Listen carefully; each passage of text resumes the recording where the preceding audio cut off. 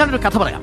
ഒരിക്കൽ ഒരു രാജാവ് രാജ്യത്തെ ഏറ്റവും മികച്ച ചിത്രകാരനെ വിളിച്ചിട്ട് പറഞ്ഞു, അത്യപൂർവമായി മാത്രം കാണുന്ന ഒരു പക്ഷിയുടെ ചിത്രം വരച്ചു. മാസങ്ങൾ കഴിഞ്ഞിട്ടും ചിത്രം പൂർത്തിയായില്ല. ചോദിക്കുമ്പോഴൊക്കെ വരച്ചുകൊണ്ടിരിക്കുകയാണ് എന്ന് സ്ഥിരം മറുപടി. രാജാവ് രഹസ്യാന്വേഷണത്തെ നിയോഗിച്ചു. എന്താണ് ഈ ചിത്രകാരൻ ചെയ്തതെന്ന് അറിയണമല്ലോ. ഇപ്പോഴും ശൂന്യമായ ക്യാൻവാസ് മാത്രമാണ് ആ ചിത്രകാരന്റെ റൂമിലുള്ളതെന്ന് രഹസ്യാന്വേഷകർ റിപ്പോർട്ട് നൽകി. രാജാവ് പരിവാരങ്ങളെയും കൂട്ടി ചിത്രകാരന്റെ റൂമിലേക്ക് ചെന്നു. അപ്പോഴും വര തുടങ്ങിയിട്ടില്ല.